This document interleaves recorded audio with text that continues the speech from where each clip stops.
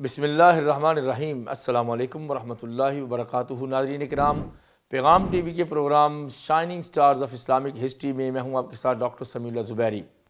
آج ہم آسمان علم کے جس تابندہ ستارے کا تذکرہ کریں گے وہ شیخ الاسلام ابن تیمیہ کے شاگرد شیخ الاسلام ابن قیم الجوزیہ رحمہ اللہ ہیں۔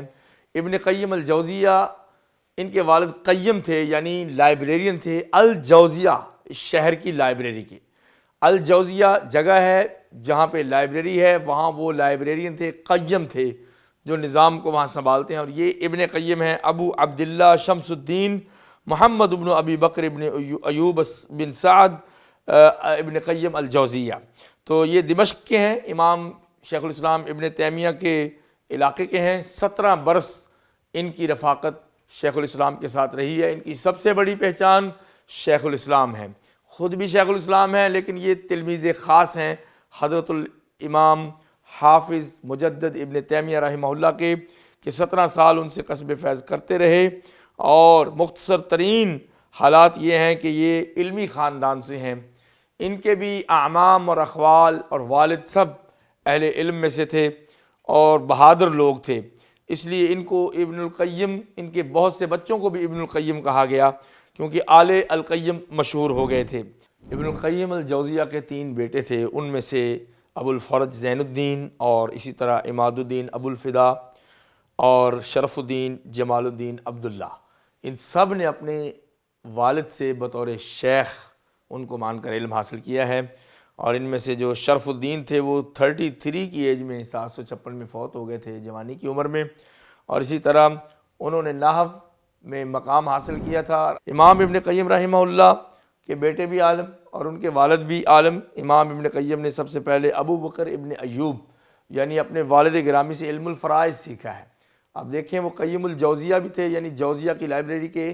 وہ ذمہ دار تھے اور ساتھ کتابوں پہ اطلاع بھی رکھتے تھے۔ اسی وجہ سے بیٹے میں یہ جینز ٹرانسفر ہوئے، اہل علم کے ماحول کی وجہ سے۔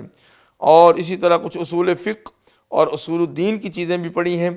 لیکن یہ انہوں نے حضرت علامہ ابن تیمیہ سے پڑھی تھی۔ اصول التفسیر، اصول الفقہ اور علم الکلام بھی ان سے سیکھا، جبکہ یہ علم الکلام کے خلاف تھے، مگر رد کرنے کے لیے اس چیز کا ادراک ہونا ضروری ہے، یہ بھی ان سے سیکھا۔ یہی وجہ ہے کہ 712 سے لے کر 728 ہجری تک جب ان کی ملاقات حضرت ابن تیمیہ سے ہوئی ہے وہ ساتھ ہی رہے ہیں۔ حتیٰ کہ امام ابن حجر نے یہ لکھا کہ اگر امام ابن قیم کی شان جاننی ہے تو ابن تیمیہ کے وہ شاگرد ہیں، اور اگر امام ابن تیمیہ کی شان جاننی ہے تو یہ ہے کہ اگر شیخ الاسلام ابن تیمیہ کا کوئی اور شاگرد نہ ہوتا سوائے شیخ الاسلام ابن قیم کے، تو یہ بھی ان کی علمی منزلت اور مقام کو واضح کرنے کے لیے کافی تھا۔ بہت سے مشائخ سے علم حاصل کیا انہوں نے۔ سمع من الشہاب العابر النابلسی، بہت ہی ینگ ایج میں انہوں نے امام نابلسی سے سنا، اور 7 سال کی عمر میں ہی قرآن پڑھنا شروع کر دیا تھا، اور جب 10 سال کی عمر کو انہیں پہنچے تو ابن شرازی کی مجلس میں بیٹھتے تھے، اور اسی طرح ان کی مسند سنی، مسند اور اس کی مسند میں بیٹھ کے حدیث کا سبق سنا، اور مجد الحرانی سے بھی فقہ کی کتابیں پڑھی، اور امام ابن قدامہ کی جو مقنع ہے فقہ میں، فقہ حنبلی کی مشہور کتاب ہے، اور الروضہ، یہ دونوں امام ابن قدامہ کی ہیں، المقدسی کی، اس کی شرح پڑھی۔ اسی طرح الامام القیسی سے، اسماعیل ابی الفتح القیسی، ان سے یہ فقہ پڑھی ہے، اور امام ابن عساکر سے، اور اسی طرح شرف الدین ابن تیمیہ اور علاء الدین الکندی الوداع سے، عیسیٰ شرف الدین ابن عبد الرحمن المطعم، ان سے بھی پڑھا ہے۔ فاطمہ ام محمد بنت شیخ ابراہیم بن محمود بن طاہر، ان شیخہ سے بھی امام ابن قیم نے علم حاصل کیا ہے۔ بدر الدین ابن جماعہ اور ابو الفتح بعلبکی یہ مشہور ائمہ تھے اپنے فنون کے، ان سے الفیہ ابن مالک اور الجرجانیہ پڑھی، یعنی علوم لغت بھی باقاعدہ تلمذ طے کر کے اساتذہ سے حاصل کیے ہیں۔ محمد ابن شہوان اور شمس الدین الذہبی اور صفی الدین الہندی، ان سے اصول فقہ سیکھا، اور ابی المعالی محمد ابن علی الزملکانی، ان سے اور امام ابن مفلح سے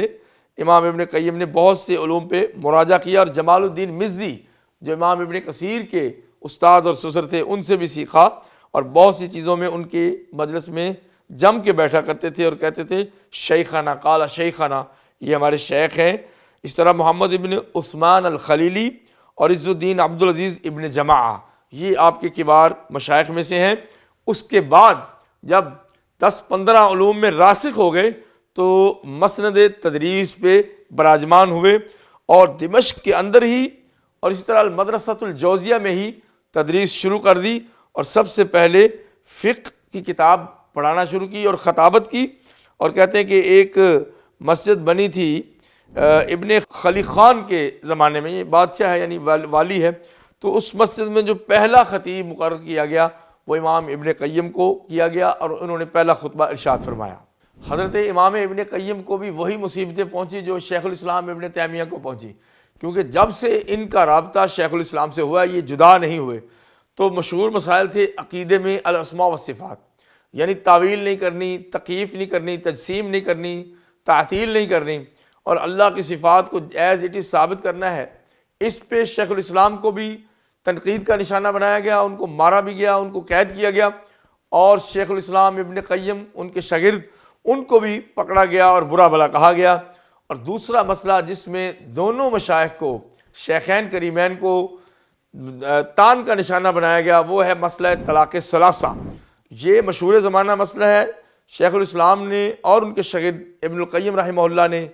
بہت سے دلائل کے انبار لگائے اور مسئلہ طلاق ثلاثہ پہ کتابیں لکھیں کہ یہ 3 طلاقیں یکدم اگر واقع ہوں گی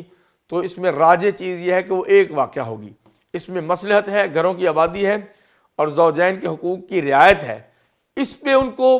جو وہاں کے فقہا اور قاضی تھے، جج گورنمنٹ کے، وہ ناراض ہو گئے، انہوں نے ان کو جیل میں بھیجا اور ان کو کوڑے بھی مارے گئے، امام ابن قیم کو یعنی اسے مارا بھی گیا۔ اور کہتے ہیں کہ جب آخری دفعہ امام ابن قیم کو جیل میں ڈالا گیا 726 ہجری میں، اور 728 میں وہ فوت ہوتے ہیں امام ابن تیمیہ، تو ان کے ساتھ ان کو بھی جیل میں ڈالا گیا، حتیٰ کہ ذی القعدہ میں جب وہ وفات پا گئے امام ابن تیمیہ تو وہ تو جیل سے ان کی میت آئی، پھر ذی الحجہ میں حضرت ابن قیم کو جیل سے نکالا گیا، یعنی آخری دم تک اپنے شیخ کے ساتھ ہی جیل میں بند رہے ہیں۔ ان کے شاگرد رشید اور دوست امام ابن کثیر لکھتے ہیں وَكَانَ حَسَنُ الْقِرَاءَةِ وَالْخُلُقِ، قراءت میں اور اخلاق میں بہت خوبصورت تھے، کثیر التودد، محبتی آدمی تھے، لا يحسد احدا ولا یؤذیہ،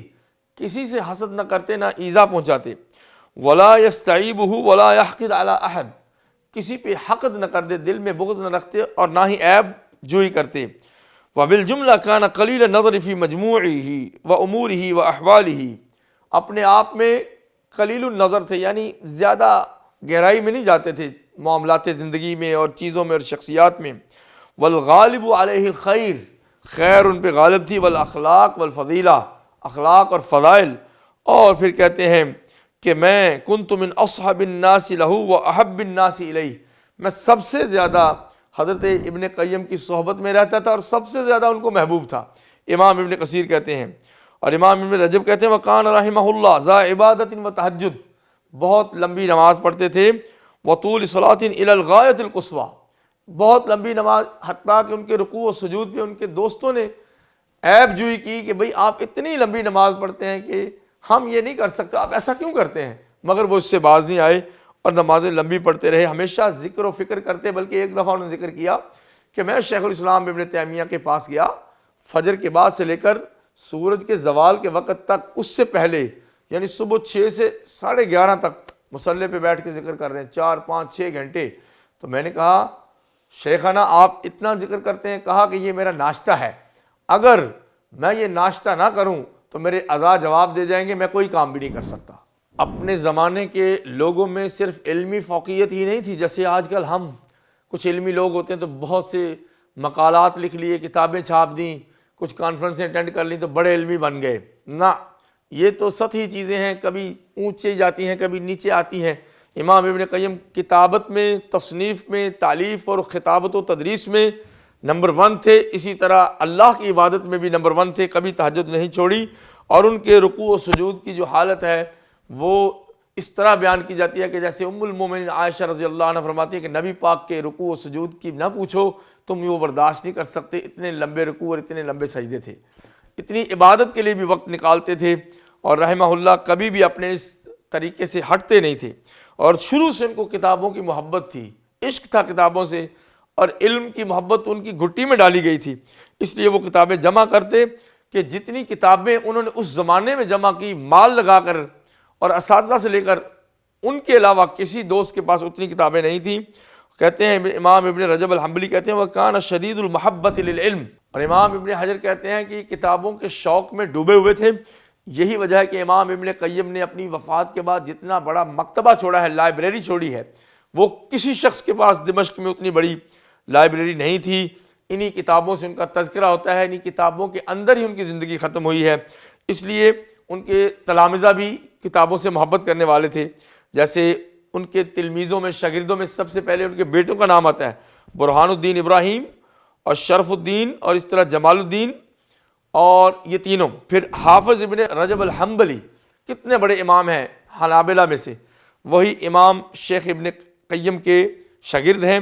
اور امام ابن عبد الہادی جو شیخ الاسلام ابن تیمیہ کے بھی شاگرد رہے وہ ان کے بھی شاگرد ہیں، اور محمد ابن عبد القادر النابلسی الحنبلی اور زین الدین الحنبلی، یہ سب امام ابن قیم کے شاگرد ہیں۔ اور کہتے ہیں کہ امام شوکانی فرمایا کرتے تھے، یہ 200 سال پہلے، کہ جتنی بھی تصانیف امام ابن قیم نے لکھی ہیں وہ ساری مرغوب فیہا، ساری اچھی ہیں، ان میں دلچسپی ہے، بین الطوائف، ہر قسم کے اہل علم کے درمیان، وَلَهُ مِنْ حُسْنِ تصرف مع العذوبہ، کہتے ہیں کہ وہ جب کتابیں لکھتے ہیں تو اس میں مٹھاس بہت زیادہ ہے، شدت نظر نہیں آتی، وحسن السیاق ما لا یقدر علیہ غالب المصنفین، بہت سے مصنفین اور مؤلفین جس پہ قدرت نہیں رکھتے، اس ادب کے چاشنی کے انداز میں امام ابن قیم نے پرو کر جملوں کو لوگوں کے سامنے پیش کیا ہے۔ یہی وجہ ہے کہ ان کی بعض تحریریں شیخ الاسلام ابن تیمیہ کی تحریروں سے بھی زیادہ چمکدار، نرم، میٹھی اور خوبصورت ہیں، اور زیادہ تفصیل پہ مبنی ہیں، اور بعض کہتے ہیں کہ کتابت میں وہ اپنے شیخ سے بھی آگے گزر گئے۔ یہی وجہ ہے کہ ان کو امام ذہبی نے، ظاہر ان کے معاصر بھی تھے، لکھا ہے الفقی الامام المفتی المتقن النحوی، یعنی فقی بھی ہیں اور نحو کے بھی امام ہیں، متقن ہیں، ثقہ ہیں، اور عنی بالحدیث متونہ و رجالہ، حدیث کے جو متون ہیں جیسے کتب ستہ ہیں اور جو ان کے رجال ہیں سب ان کو حفظ تھے۔ وکانہ یشتغل فی الفقہ ویجید تقریرہ، فقہ کے ساتھ مصروف رہتے تھے، یعنی فقہ حنبلی میں بھی بہت بڑے امام تھے اور فقہ کو بیان کرنے کے بھی ماہر تھے۔ وہ فن نحو، اور نحو کے بھی امام تھے، یعنی ادیب بھی تھے، فقیہ اور محدث بھی۔ امام سخاوی نے فرمایا العلامہ الحجہ المتقدم فی سعۃ العلم و معرفت الخلاف و قوت الجنان، گفتگو میں، فصاحت و بلاغت میں علامہ اور حجت تھے، اور علم کی وسعت اور معرفت اور علم الاختلاف کے بہت بڑے ماہر تھے۔ اور یہی وجہ ہے کہ امام ابن قیم رحمہ اللہ نے جب اتنے علوم جمع کیے تو پھر اپنا فوکس عقیدے پہ کر دیا، کیونکہ عقیدہ سب سے اہم اس وقت ہو جاتا ہے کہ جب آپ کے زمانے میں شرک و بدعت عام ہو۔ یہی صوفیاء کے ذریعے اور دیگر لوگوں اور تتاریوں کے ذریعے دمشق میں اور شام کے علاقوں میں شرک و بدعت عام ہو گیا تھا، اور مصر میں بھی، تو شیخ الاسلام ابن تیمیہ نے اس پہ سارا زور لگایا۔ سب کتابیں ان کی عقائد پہ اور اسماء و صفات میں ہیں، اور یہی کام امام ابن قیم نے کیا۔ الصواعق المرسلہ، گرتی ہوئی بجلیاں، علی الجہمیۃ المعطلہ، جہمیہ پر جو صفات کی تعطیل کرتے ہیں، سسپینڈ کرتے ہیں، اللہ کی صفات کو مانتے ہی نہیں ہیں، صرف اللہ کی ذات کو مانتے ہیں۔ تو اس طرح کی کتابیں انہوں نے لکھی، معتزلہ کی فکر کو، بیخ کو نہیں کر دیا، ان کو بالکل قلع کما کر دیا اور بدعات کا رد کیا۔ اسی وجہ سے ان کو تکلیفیں پہنچی۔ جو شخص بھی عقیدے پہ عمل کرتا ہے اور اس کی نشر و اشاعت کا کام کرتا ہے، اس کو لوگ ہمیشہ برا سمجھتے ہیں۔ تو کسی ملامت گر کی پرواہ کیے بغیر شیخین نے عقیدے کے رسوخ کا کام معاشرے میں کیا ہے کہ 800 سال بعد بھی اس کا اثر ختم نہیں ہوا۔ ان کی بہت سی تالیفات ہیں جو سینکڑوں میں چلی جاتی ہیں۔ اب آپ دیکھیں کہ الاجتہاد والتقلید کتنی اصولی کتاب ہے، اس میں انہوں نے لکھا ہے تقلید کی مذمت اور اجتہاد کی خوبصورتی، اور اصول التفسیر، قرآن بھی پڑھتے تھے، اعلام الموقعین عن رب العالمین، علماء جو سائن کرتے ہیں اللہ کی طرف سے نیابت کرتے ہوئے، تو اس کے بارے میں لکھا کہ فتویٰ کا کیا اسلوب ہے، اور آپ اللہ کی طرف سے بیان کر رہے ہیں مسئلے، لہٰذا اس میں دو نمبری نہیں چلے گی۔ اور اغاثۃ اللحفان من مصائد الشیطان، یہ علم النفس پہ، تربیت پہ ہے، جیسے امام ابن جوزی لکھا کرتے تھے کہ شیطان کے ہتھ کنڈوں سے بچانے کے لیے ایک بے چین شخص کی داد رسی، اقتضاء الذکر بحصول الخیر و دفع الشر، اور الاعمال المکیہ، مکہ میں جو املا کروائی، بطلان الکیمیا من 40 وجہن، 40 طریقوں سے علم کیمیا کا بطلان، کہ کوئی کہتا ہے کہ کیمیکل سے ہم یہ بنا لیتے ہیں وہ بنا، پرانے زمانے میں مشہور تھا کہ پیتل سے سونا بنا لیتے ہیں، یہ انہوں نے بطلان کیا اس کا۔ اور تحفۃ المودود باحکام المولود، بچہ جب پیدا ہوتا ہے اس کے جتنے احکام ہیں اس کتاب میں، عقیقہ اور اس کے بال کاٹنا، نام رکھ، سب چیزیں۔ اور جلاء الافہام فی فضائل الصلاۃ والسلام علی خیر الانام، نبی علیہ السلام پہ درود بھیجنے کی فضیلت پہ پوری کتاب ہے۔ الجواب الکافی لمن سأل عن الدواء الشافی، ایک شخص نے پوچھا کہ عشق میں مبتلا ہوتے ہیں نوجوان تو وہ ایک بیماری ہے، اس کا علاج کیا ہے، تو وہ پوری کتاب لکھ دی، الداء والدواء۔ یہ اس کی سینکڑوں دفعہ شرح لوگ کر چکے ہیں،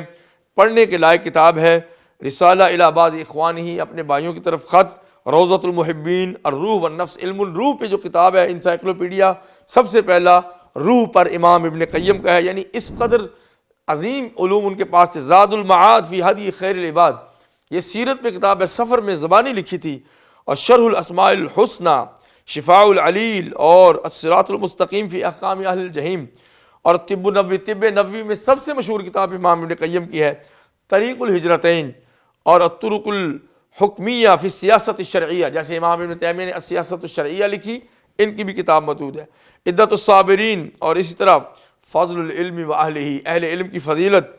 اور قرۃ عیون المحبین، مدارج السالکین، یہ جو تصوف ہے نا، لوگ تصوف کی بات کرتے ہیں، اس میں امام ابن تیمیہ نے زہد پہ اور سلوک پہ مدارج السالکین بین منازل ایاک نعبد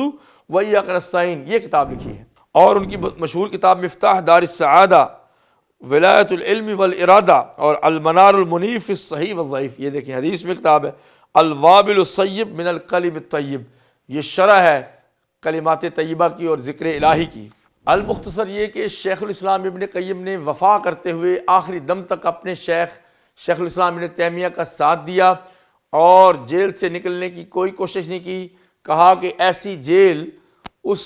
باہر کی آزادی سے بہتر ہے جہاں ہر طرف مصیبتیں ہیں، جیل میں اپنے شیخ کی صحبت ہے، اور دن رات ان پہ قرات کرتے ہیں، کبھی تفسیر، کبھی حدیث، اور کبھی فقہ کے دقائق، اور کبھی لغت کے نقطے، اور آخری دم تک اپنے شیخ کے ساتھ رہے، حتیٰ کہ 728 ہجری میں امام ابن تیمیہ کی وفات ہو گئی۔ پھر ان کے 1 مہینہ بعد ان کو جیل سے نکالا گیا۔ اس کے بعد پھر ساری زندگی اپنے شیخ کے علوم کی ترویج کرتے رہے۔ جہاں شیخ الاسلام ابن قیم کا ذکر ہوتا ہے، وہیں پہ شیخ الاسلام ابن تیمیہ کا ذکر ہوتا ہے۔ یہ سلطنت علم کے امام 751 ہجری میں دمشق میں فوت ہوتے ہیں، اور اپنی والدہ کی قبر کے قریب ان کو دفن کیا جاتا ہے۔ 8 صدیاں گزرنے کے باوجود بھی عالم عرب پہ اور عجم پہ اور یورپ پہ ان کے بہت زیادہ آثار ہیں، اور ابھی مزید بڑھتے چلے جا رہے ہیں۔ پھر ان کا جو کام تھا، علم تھا، اس کی تجدید شیخ الاسلام محمد بن عبد الوہاب نے آج سے 250 برس پہلے کی تھی۔ گویا ان کی وراثت کو پھر تجدید کر دی گئی، اور یہ آگے ان کا اثر جاری ہے۔ اللہ ان نفوس قدسیہ کے درجے بلند کرے، اور ان کے آثار علمیہ سے ہمیں استفادہ کرنے کی توفیق عطا فرمائے۔ ناظرین کرام، اگلے پروگرام تک کے لیے اپنے ہوسٹ ڈاکٹر سمیع اللہ زبیری کو اجازت دیجیے۔ اللہ حافظ۔